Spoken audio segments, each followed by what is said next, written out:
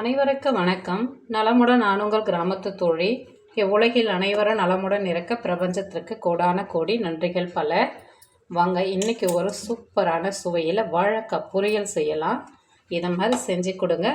வாழைக்காய் விரும்பி சாப்பிடாதவங்க கூட கேட்டு வாங்கி சாப்பிடுவாங்க. அதுக்கு தேவையான அளவு வாழைக்காய் எடுத்துக்கலாம்.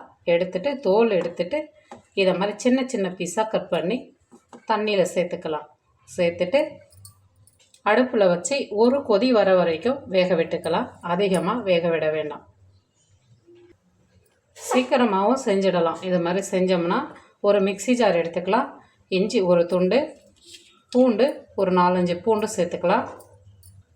வெங்காயம் இந்த சைஸில் ஒரு 3 வெங்காயம் எடுத்துருக்கேன். இதை கட் பண்ணி மிக்சி ஜாரில் சேர்த்துக்கலாம்.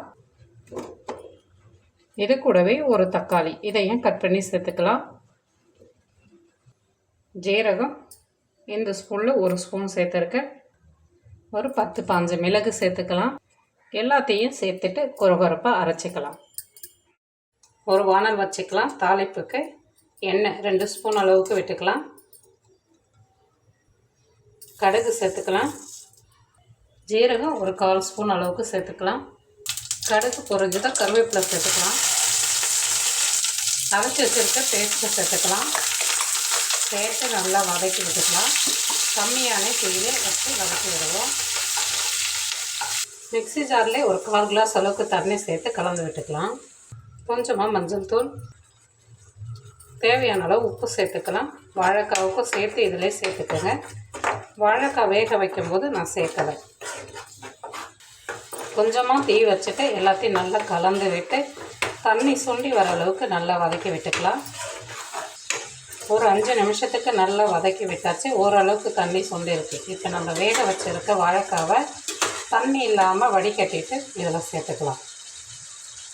வாழைக்காய் ஒரு கொதி வந்ததுமே அடுப்பு ஆஃப் பண்ணிக்கலாம். அந்த சூட்லேயே வாழைக்காய் நல்லா வெந்து வந்துடும்.